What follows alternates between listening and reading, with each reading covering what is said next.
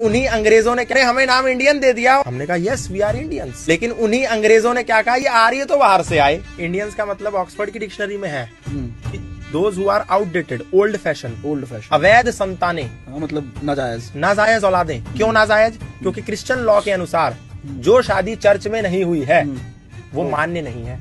अब हम लोग तो चर्च में शादी कर नहीं रहे, भारतीय संस्कृति में तो फेरे हो रहे हैं, तो इसका मतलब उनकी दृष्टि में हम अवैध हैं। जो हमने शादी करी वो अवैध, और जो हमारे बच्चे होंगे वो अवैध, तो इंडियंस, वो इंडियंस, और वो हमने ले ली। Yes I am proud to be Indian.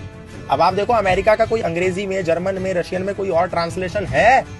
दुनिया की किसी भी भाषा में अमेरिका को कुछ और कहते हैं, रशिया को कुछ और कहते हैं, यूक्रेन को कुछ और कहते हैं, कनाडा को कुछ और कहते हैं, जापान को कुछ और कहते हैं, लेकिन भारत में सरकारी गाड़ियों पे लिखा है भारत सरकार और नीचे translation government of India. What is this? What is this nonsense? Bharat का ट्रांसलेशन अंग्रेजी में इंडिया कैसे हो सकता है? भारत मतलब भा प्लस रथ, भा मतलब ज्ञान और रथ मतलब लिप्त।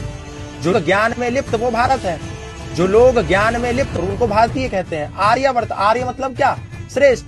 इसलिए वेद में कहा कि इंद्रम वर्धंतु अप्तुरहा अपाघलंतो रावणा कृण्वन्तो विश्वम आर्यम। क्या ये कहा कृण्वन्तो विश्वम इंडियन, कृण्वन्तो विश्वम हिंदू, कृण्वन्तो विश्वम मुसलमान, यहूदी? नो, कृण्वन्तो विश्वम आर्यम।